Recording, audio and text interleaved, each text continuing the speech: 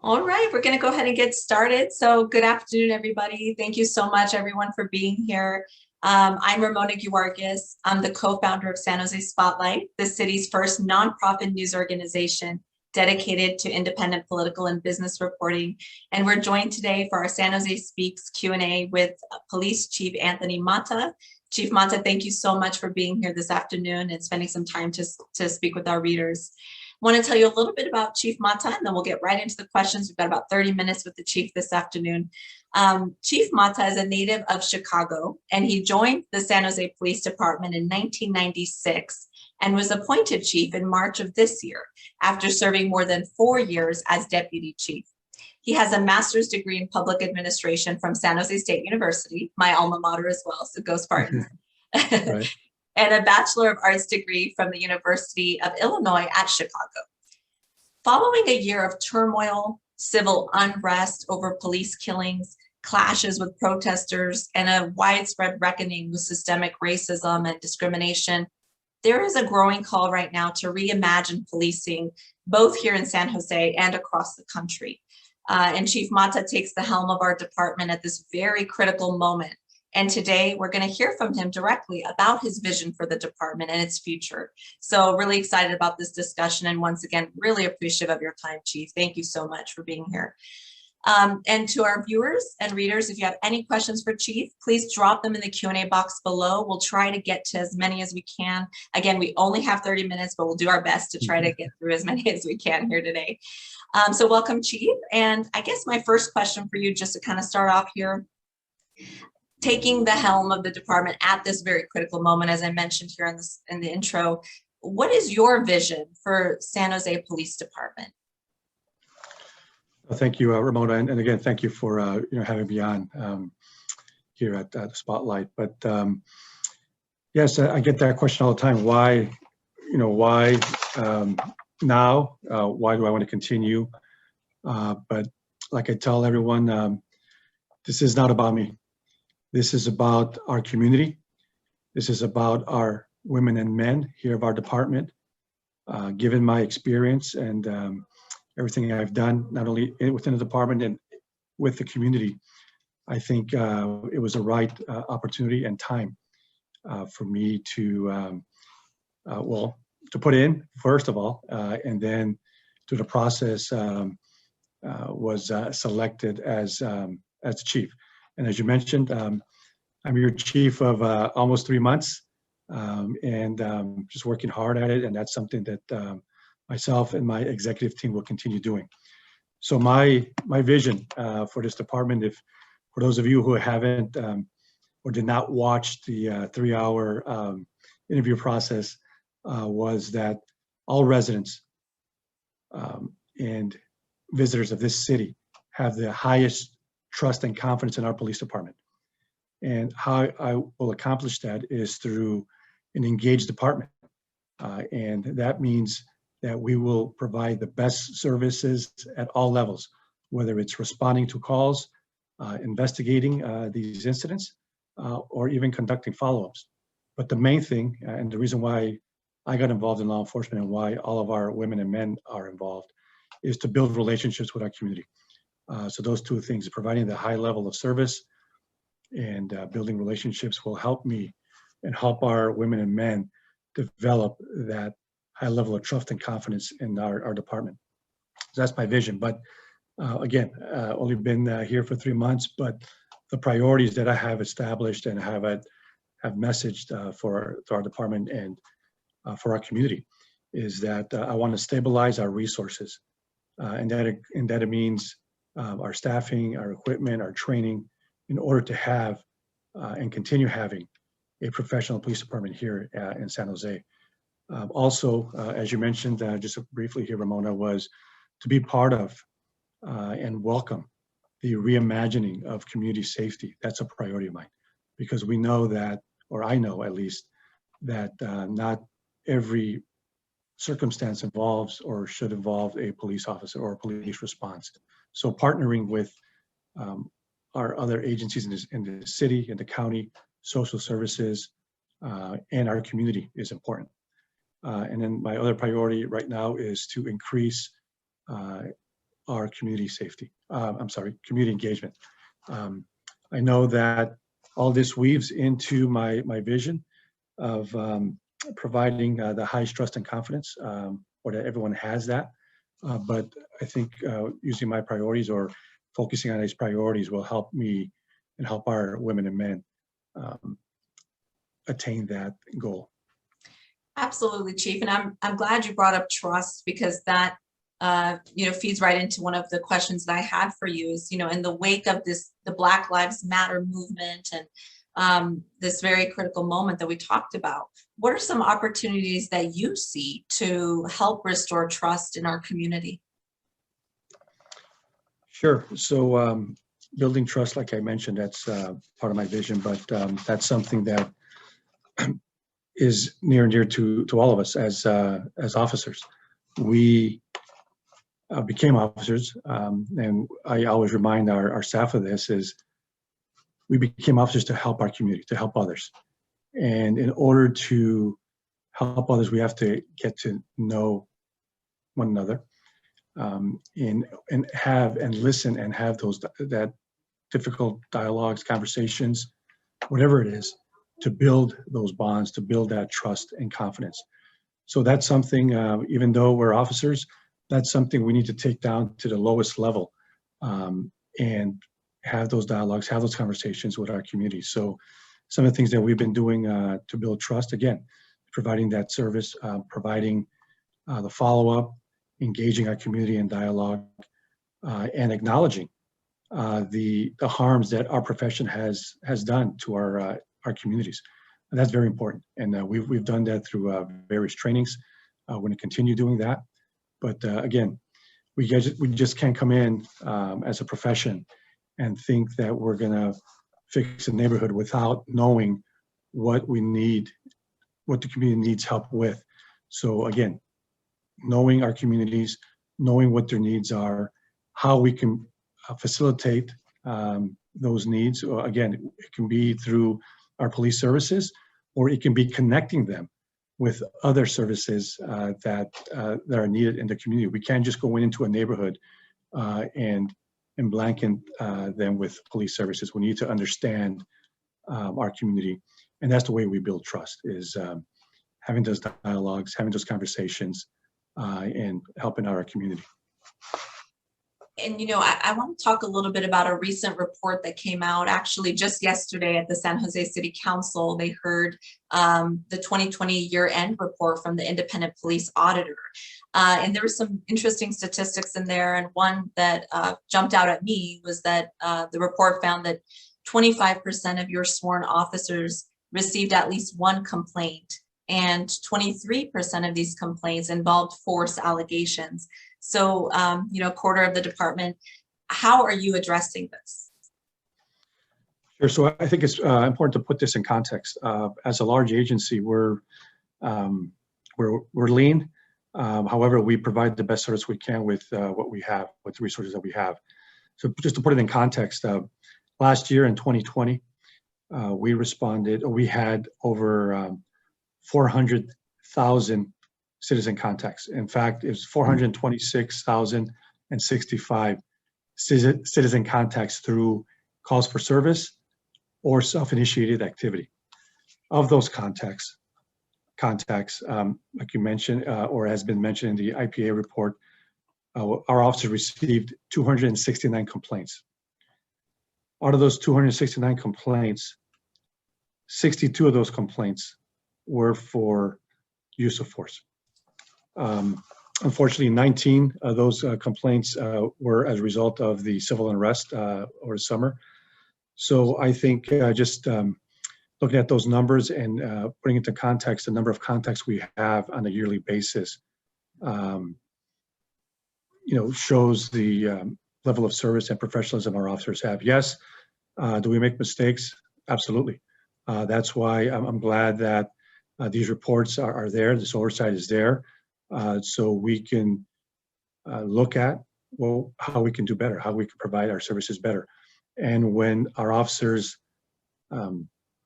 violate our policies, then we'll take a look at that, investigate that, and where needed, issue discipline. But we are constantly taking a look at that. In fact, one of the IPA recommendations was to develop an early warning system. And that's something that that's what we're currently working on, to identify officers with possible issues. But then also this system will also provide us information with officers that do really good work. So it's a balance. So we're going to look at those early warning systems for officers that do really well and those that need some improvement. So that's something that we're going to continue to improve on to provide that excellent service. Thank you for providing that context and those statistics. That's very helpful, Chief. I want to talk real quickly about officer-involved shootings. And when there is a fatal officer-involved shooting, such as Demetrius Stanley or David Tovar Jr. that happened this year, there are calls from the community for accountability. Could you walk us through the process? What happens after an officer-involved shooting, especially as it pertains to prosecution? Sure. So let's start off with so far, well, unfortunately this year, we had 2 tragic incidents, officer-involved shootings, both of them being fatal. And last year, I believe we had 5, with one of them being fatal. And I think it's important to note that not only officer-involved shootings, but they could also be referenced as officer-involved incidents. So the county has a protocol how we investigate guidelines to provide our agencies on how to deal with officer-involved incidents, which include officer-involved shootings, because there are police actions where someone's in our custody and may die. So that's why we need to have these protocols in place. So the process is, when there's an officer-involved incident, whether officer-involved shooting or officer-involved incident death, we'll call it, there's 2 parallel investigations that occur. One being the criminal investigation, which is you just described, which involves an investigation by our homicide unit, a joint investigation with our homicide unit and the district attorney's office. And that investigation is overseen also by our internal affairs and our independent police auditor. The internal affairs also, in parallel with the criminal investigation, also conducts an administrative investigation to determine what led up to the incident, and to ensure that our officers or involved officers followed our department policy and not only the law, but our department policy as well. So those are 2 parallel investigations that occur during an officer-involved incident. As you mentioned, once all the evidence is gathered, the district, all that information gets provided to the district attorney, where they determine the legality of the shooting, and if need be, they will file charges if needed, and if not, they provide a report on the incident. Meanwhile, while this is going on, again, internal affairs conducts their administrative investigation. If there's some discipline or some violation of policy that the officer was engaged in this incident, we have to wait until the criminal investigation is completed before we can move forward with any discipline if it's warranted, and that's simply because of the Police Officer Bill of Rights. That's the way the law is set up. So that's an overview of how that the protocol for an officer-involved shooting or officer-involved incident. In addition, I have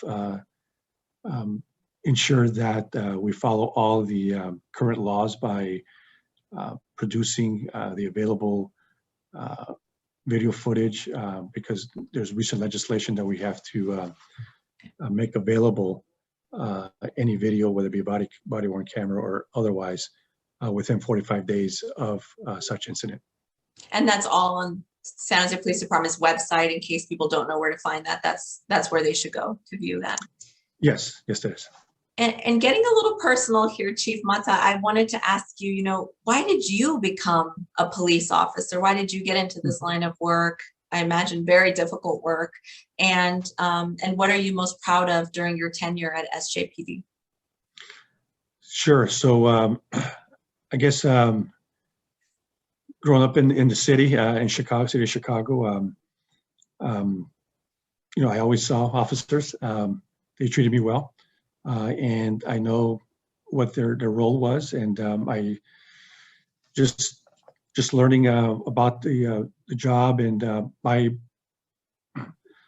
calling was always service. So I was a mentor growing up. I'm currently a mentor now for high school and college students. So that's something that I always wanted to give back, and I think that becoming a police officer was, for me, um, the ultimate way to give back, because we see our profession sees our community in crisis or at its most vulnerable, and being able to help, whether it be at the, like I mentioned, at the response level, or as a detective, as I was, helping them with their incident, to me is very rewarding.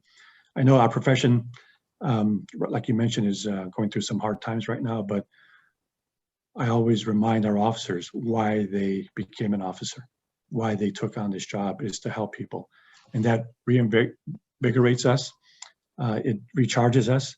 That's why, for me, being out in the community is very important, because all those contacts, positive contacts, um, make re-energize me into what I do, and that puts forth my energy into our women and men here of our department.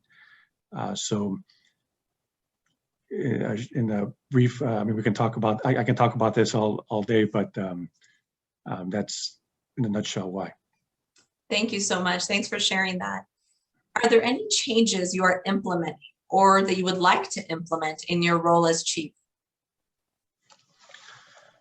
Sure. So like I mentioned first, is to stabilize our resources. That's something that I want to do to ensure that we continue having a highly trained and professional police department. One of the changes that I want to build upon, which was started by Chief Eddie Garcia, was additional training in cultural diversity. Right now, our training is given to our new recruits, and that's training on procedural justice, fair and partial policing, our critical incident training. We have tours of the Ability to Frank Center, racial profiling, de-escalation. But right now, our Islamic network, we're contracting with the ING, Islamic Network Group, to provide cultural sensitivity training to our recruits, but also our command officers. But I want to expand that training and all these types of trainings to all of our officers here on the department.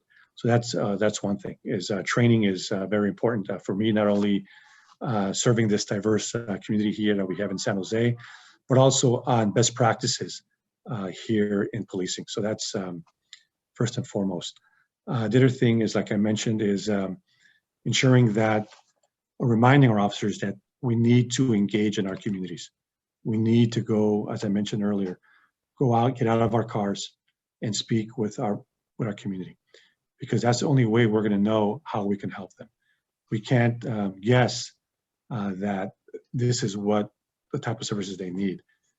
We need to be more focused. We need to be more intelligence-based and led, and be more strategic and focused on how we provide our services.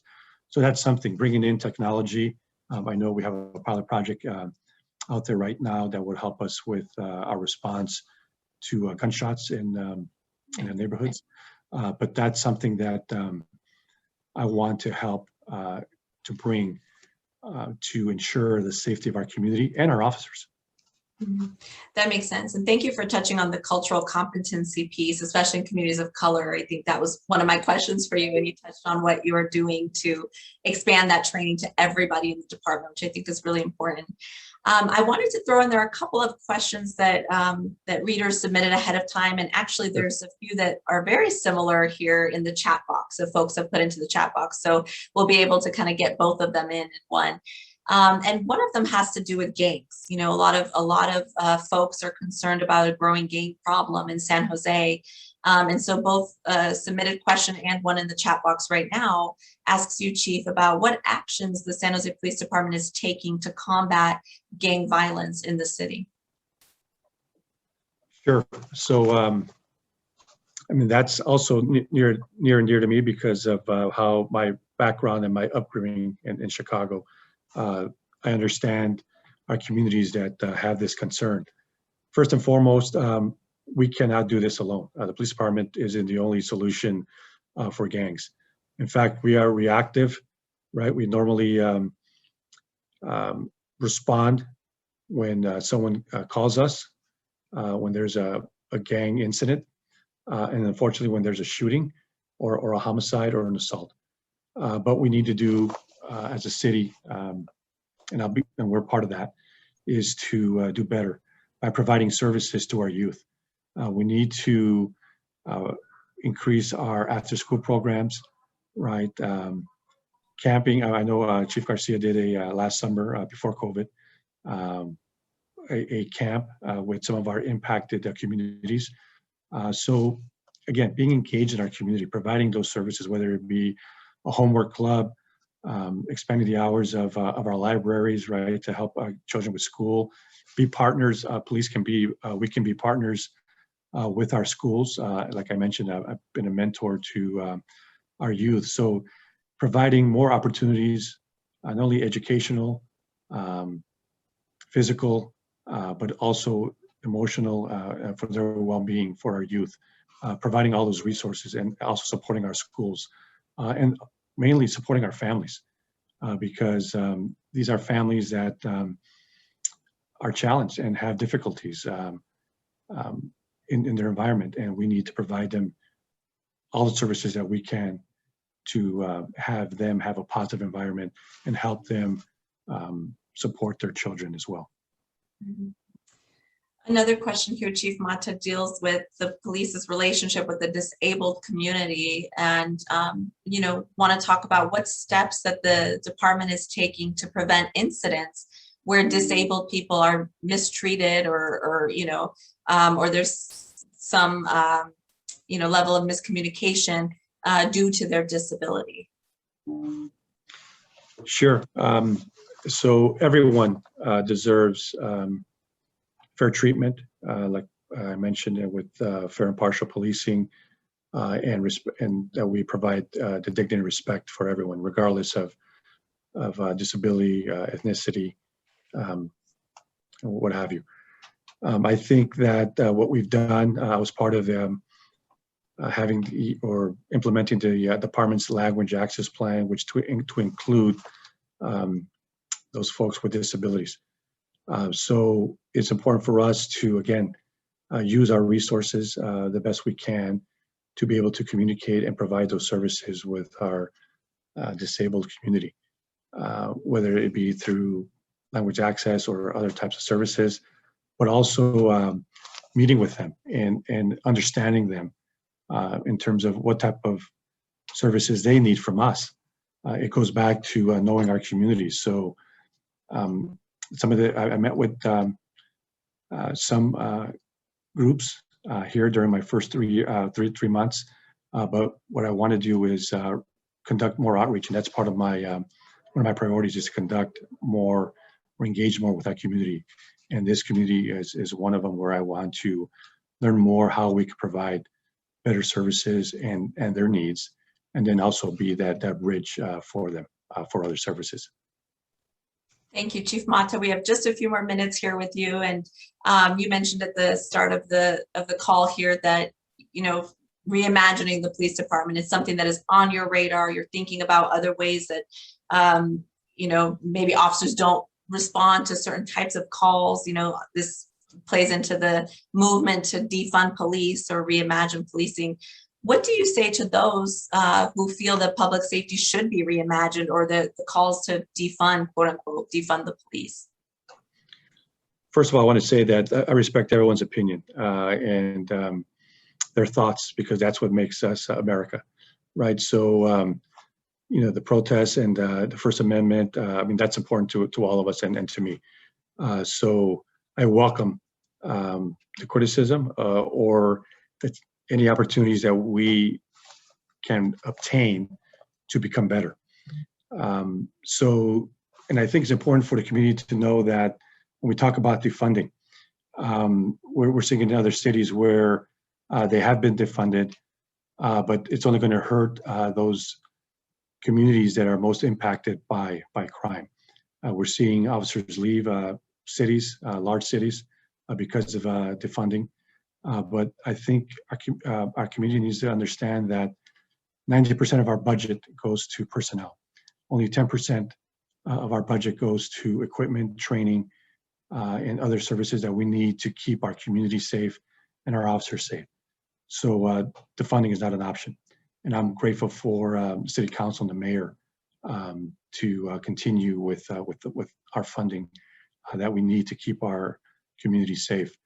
Again, to reimagining, I understand that not everything necessitates a police response, but we do have a role to play in community safety. I want to keep, however this pans out, or however this looks like in the future, I want to keep those that will respond or to mental health, substance abuse, or the unhoused. I want to keep not only those folks that are involved in those crises safe, but also those responding to help those communities safe as well, and our officers safe. So we have a role to play in that. And I welcome, again, these discussions, these dialogues of reimagining community safety, because it is important, again, to understand how we can provide better police services and how we can be a partner with these allied agencies to keep our community safe. And Chief Mata, there's another question here in the Q&A box from a reader and a viewer who's talking about funding under the American Rescue Plan. And the question is whether or not the department plans to seek additional federal funding support for community policing, violence prevention, intervention. Are there any efforts to try to seek more federal funding for these things? I don't know if there's exactly any funding for police. I know the city will be looking at those funds, but there are specific grants, federal grants and state grants that we look at, and there's more so now to see how we can leverage that funding to provide us not only the equipment, but also there's interesting initiatives such as community engagement, additional community policing, because as we're opening now, again, that's a priority of mine to engage our officers more in the community. So however that looks like, yes, additional funding will help us in that endeavor. And this will be the last question here, and then we'll wrap up here. But talking about the mobile mental health unit, and I know that the PD has expanded this, and in many cases there are counselors or social workers who join your officers on certain types of calls. Can you speak a little bit about that mobile mental health crisis team or unit, and what type of work they're doing, and whether or not that's going to continue to be expanded and become more of a central focus in policing? Sure. So we realize that our profession, out of the calls for service that we receive, are individuals with a mental health crisis. So late last year, we implemented what we entitled the Mobile Crisis Assessment Team, formerly the Mobile Crisis Response Team. And this is all dovetails into the training that all of our officers are receiving and have received on crisis intervention, which is recognizing those individuals in crises. So what this, it's a pilot project. It consists of, I want to say 10 officers. I may be off, maybe a little bit more, a few more, a few less, and 2 sergeants. And what they do is they're officers. They're not dressed in uniform, but they are identified as officers. and they respond to calls for service or referrals from our county clinicians to calls of individuals that are in crises. So we co-respond with the county clinicians. So far, it's been working really well. We've responded to hundreds of cases, and I'm happy to say that our officers have de-escalated many situations because of not only their training, but of the individuals that we selected as part of this, this pilot program. And again, working with our county clinicians, which we, again, like I mentioned before, we know that we need to partner because we're not the only option to help someone. So that's going really well. We have 0 complaints and 0 uses of force using this model. So I think that's a model that absolutely we want to expand so we can go department wide. So we can just not have one team, we have multiple teams. And as you mentioned, in terms of funding, right now we're seeking funding through the federal government to see if we can expand that program. But that's a program that I'll be pushing here in the next year, in the next budget cycle, to expand. Great. Thank you so much, Chief Mata. Well, that wraps up our discussion for today. And I thank you so much, Chief, for making the time to chat with our readers. And thank you to everyone who tuned in. A video recording of today's conversation will be available on the San Jose Spotlight website. It's also going to be on our Facebook page, our YouTube channel, if you follow that. And thank you to our partners, the League of Women Voters of Santa Clara County. To follow our nonprofit journalism and learn more about how to support our efforts, please visit sanjosespotlight.com. And thank you again, Chief Mata, the San Jose Police Department, for coordinating this today. And I hope to see everyone again soon at a future event. Have a wonderful day. Thank you. Thank you, Ramona. My pleasure. And I look forward to having another one in the future. Thank you. Thank you so much. Take care.